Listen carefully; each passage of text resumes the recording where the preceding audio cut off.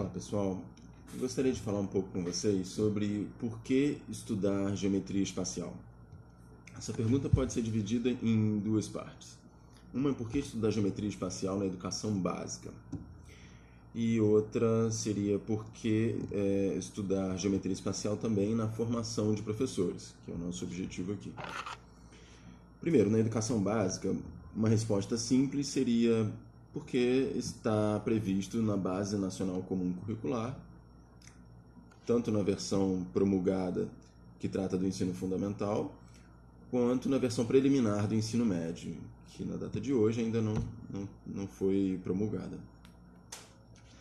Claro, mas aí você pode perguntar, tá, mas por que está na base, né? Porque todo cidadão brasileiro, pelo menos, tem que entender de geometria espacial.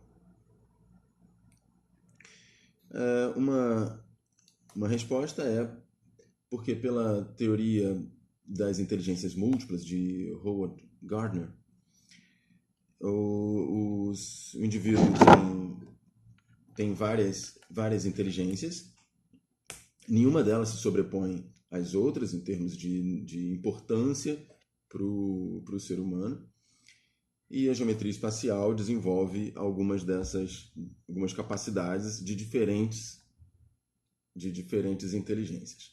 Por exemplo, a capacidade de visualização espacial, que está relacionada à inteligência espacial em si, a capacidade de argumentação lógica sobre temas abstratos, é algo que se desenvolve, é um dos objetivos dessa disciplina e que se desenvolve estudando geometria espacial, se relaciona diretamente com a inteligência linguística, e também a desenvolver a habilidade lógico-dedutiva, que pela maneira como está organizada a disciplina, e também é uma das inteligências múltiplas. Eu vou falar um pouco mais das inteligências múltiplas e da geometria espacial na Base Nacional Comum Curricular no final. E outro objetivo seria ver a matemática como ciência, organizada por meio de axiomas, proposições, etc.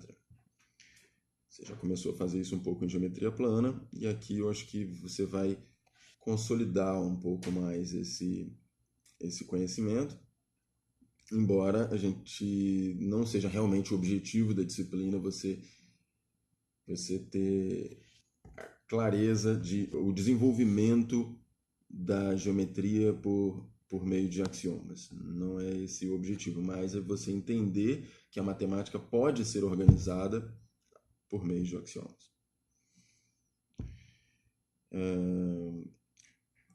Isso responderia a pergunta para a educação básica. E na formação de professores, eu destaquei dois motivos. Um é para você desenvolver uma visão crítica do assunto, como eu estou tentando fazer nesse vídeo, se questionar a respeito.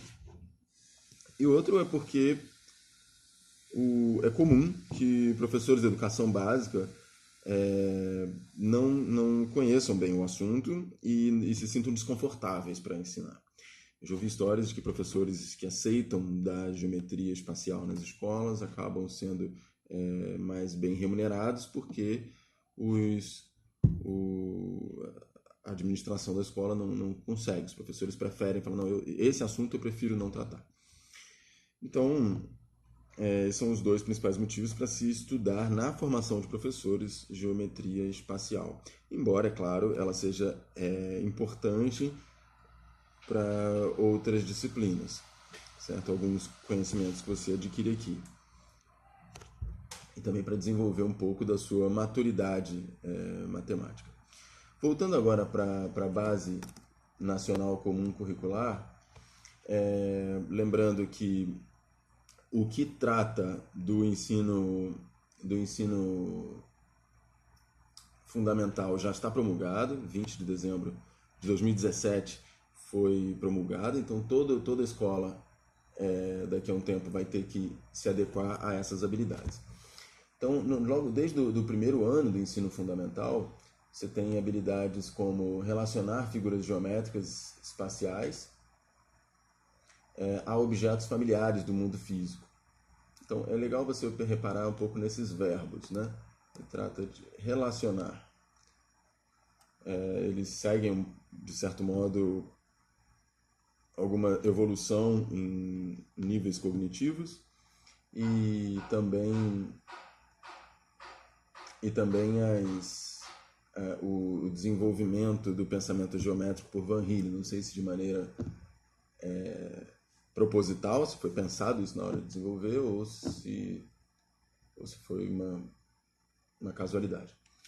Então, tem essa primeira habilidade, ainda no primeiro ano do ensino fundamental, tem identificar e nomear figuras planas, círculo, quadrado, retângulo e triângulo, em desenhos apresentados em diferentes disposições ou em contornos de faces de sólidos geométricos.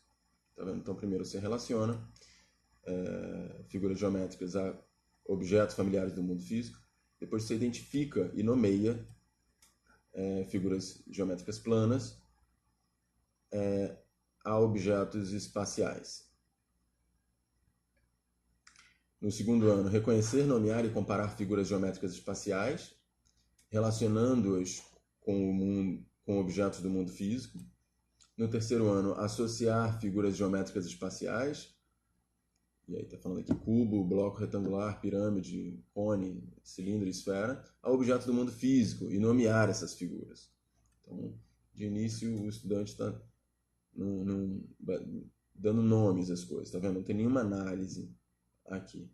Agora, já no terceiro ano, ele começa a descrever características de algumas figuras geométricas espaciais, relacionando-as com suas planificações. O primeiro e bem inicial o campo da análise aqui.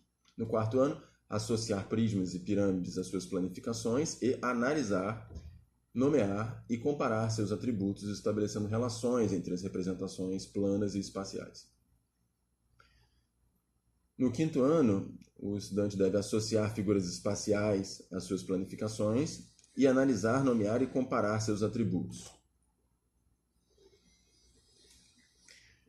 Também reconhecer volume como grandeza associada a sólidos geométricos e medir volumes por meio de empilhamento de cubos, utilizando preferencialmente objetos concretos. Quer dizer, aqui já começa a aparecer como grandezas e medidas, né? Você começa a trabalhar não só os objetos geométricos como por si, mas também a medir utilizando esses sólidos geométricos. No sexto ano, quantificar e estabelecer relações entre o número de vértices, faces e arestas de prismas e pirâmides em função do seu polígono da base, para resolver problemas e desenvolver a percepção espacial. Tá vendo? A percepção espacial e a visualização espacial são objetivos que vão estar muito frequentes daqui para frente.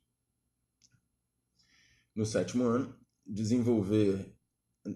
resolver e elaborar problemas de cálculo de medida do volume de blocos retangulares envolvendo as unidades usuais, metro cúbico, decímetro cúbico e centímetro cúbico. No oitavo ano, resolver e elaborar problemas que envolvam o cálculo do volume do recipiente cujo formato é o de um bloco retangular. No nono ano, são duas habilidades, diz reconhecer vistas ortogonais de figuras espaciais e aplicar esse conhecimento para desenhar objetos em perspectiva. Resolver e elaborar problemas que envolvam medidas de volumes, de prismas e de cilindros retos, inclusive com o uso de expressões de cálculo em situações cotidianas.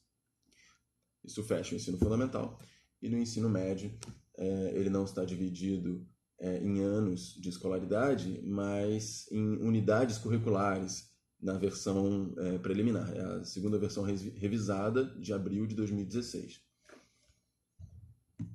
A primeira habilidade é resolver e elaborar problemas utilizando a semelhança de triângulos e o teorema de Pitágoras, incluindo aqueles que envolvem o cálculo das medidas de diagonais de prismas, de altura de pirâmides e aplicar esse conhecimento em situações relacionadas ao mundo do trabalho. Agora, essas situações cotidianas e situações relacionadas ao mundo do trabalho se tornam frequentes na Base Nacional Comum Curricular. Mas, então, aqui, na verdade, é basicamente você aplicar os seus conhecimentos de semelhanças e teorema de Pitágoras às figuras espaciais conhecidas, ao cálculo das medidas diagonais de pirâmides e da altura de pirâmide, perdão, diagonais de pirâmide não faz muito sentido. O cálculo das medidas de diagonais de prismas e da altura de pirâmides, e aí sim aplicar esse conhecimento em situações relacionadas ao mundo do trabalho. Segunda habilidade do ensino médio: resolver e elaborar problemas envolvendo a medida do volume e de área de superfície de cilindros e prismas retos, deduzindo expressões de cálculo, aplicando-as preferencialmente em situações cotidianas.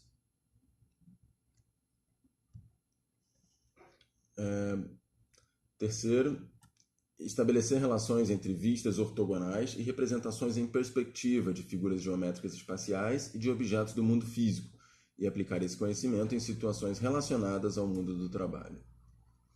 Quarto, definir e aplicar o princípio de Cavalieri e utilizá-lo para compreender e estabelecer as expressões para o cálculo de medidas de volume de cilindros, prismas, pirâmides e cones, e aplicar na resolução de problemas. Quinto, resolver e elaborar problemas envolvendo medidas de área de superfícies de cilindros, prismas, pirâmides e cones, preferencialmente fazendo uso de situações cotidianas. E por último, resolver e elaborar problemas envolvendo medidas de áreas da superfície e de volume de cilindros, prismas, pirâmides, cones e esferas. Bem, eu vou postar esse PDF aqui que eu montei na plataforma, caso alguém queira dar uma olhada mais cuidadosa. Além da Base Nacional Comum Curricular, né, que era um dos motivos de estudar geometria espacial na educação básica, eu falei também da teoria das inteligências múltiplas de Gardner, e para isso eu mostro deixo o link para vocês também, e mostro esse artigo da PsychOnline News. Ele diz assim: a teoria das inteligências múltiplas foi estudada pelo psicólogo Howard Gardner como um contrapeso para o paradigma da inteligência única. Ele propôs que a vida humana requer o desenvolvimento de vários tipos de inteligências. Portanto, Gardner não entra em conflito com a definição científica de inteligência como sendo a capacidade de resolver problemas ou fazer coisas importantes. Howard Gardner e seus colegas da prestigiada Universidade de Harvard advertiram que a inteligência acadêmica, obtida através de qualificações e méritos educacionais, não pode ser o fator decisivo para determinar a inteligência de uma pessoa. Gardner e seus colegas poderiam dizer que Stephen Hawking, é um físico importante, não tem mais inteligência do que Leo Messi, mas cada um desenvolve um tipo diferente de inteligência, né? A pesquisa de Howard Gardner identificou e definiu 8 tipos diferentes de inteligência. Vamos ver com mais detalhes cada uma das inteligências propostas pela teoria das inteligências múltiplas de Gardner. Ele fala aqui 8 tipos diferentes de inteligência, mas quando você vê nesse quadro aqui e descrito abaixo são 9. Acho que foi um equívoco do pessoal da revista, provavelmente. Bem, eu não vou ver todos eles, deixo o link aí para quem quiser. Inteligência lógico-matemática é uma das mais utilizadas na escola e na vida escolar como um todo. E a inteligência linguística. Mas eu gostaria de destacar para vocês a inteligência espacial, é uma delas. A inteligência espacial é a capacidade de observar o mundo e os objetos em diferentes perspectivas. Está relacionada a esse tipo de inteligência em que se destacam os profissionais de xadrez e artes visuais. Pintores, designers, escultores. Pessoas que se destacam nessa inteligência geralmente têm habilidades que lhes permitem criar imagens mentais, desenhar e identificar detalhes, além de sentimento pessoal de estética. Com essa inteligência desenvolvida, encontramos pintores, fotógrafos, designers, publicitários, arquitetos e outras profissões que exigem criatividade. Então, mesmo que a pessoa tenha uma habilidade inata inicialmente para a inteligência espacial, é importante que a escola desenvolva essas inteligências. Essa aqui em especial, estudando geometria espacial. Então, vocês como professores podem ajudar os estudantes de vocês a desenvolver essa inteligência, tendo em mente na hora de preparar suas aulas essa descrição da inteligência espacial aqui. Bem, na imagem inicial do artigo você tem uma descrição muito breve de cada uma das outras inteligências, e recomendo a leitura do artigo como um todo, mas o destaque para o curso de vocês seria essa inteligência espacial e a lógico-matemática. E na disciplina de geometria espacial a gente vai também levar muito em consideração a linguística, que é encontrar as palavras certas para se expressar. Isso eu acho que a matemática costuma contribuir muito para essa inteligência linguística quando bem estudada. Então, isso, na minha opinião, isso deve ser levado em consideração sempre que se estudar matemática. Ser preciso, que é um dos objetivos da matemática. Bem, eu vou ficando por aqui. Eu espero que o vídeo tenha contribuído para vocês. Caso seja do interesse, eu recomendo que se inscrevam no canal, ativem o sininho, para que, mesmo sem precisar acessar a plataforma, vocês sejam notificados de novas postagens. Se quiser deixar seu comentário, vou ter o prazer de respondê-los. Tá bom, muito obrigado, um abraço a todos, até a próxima.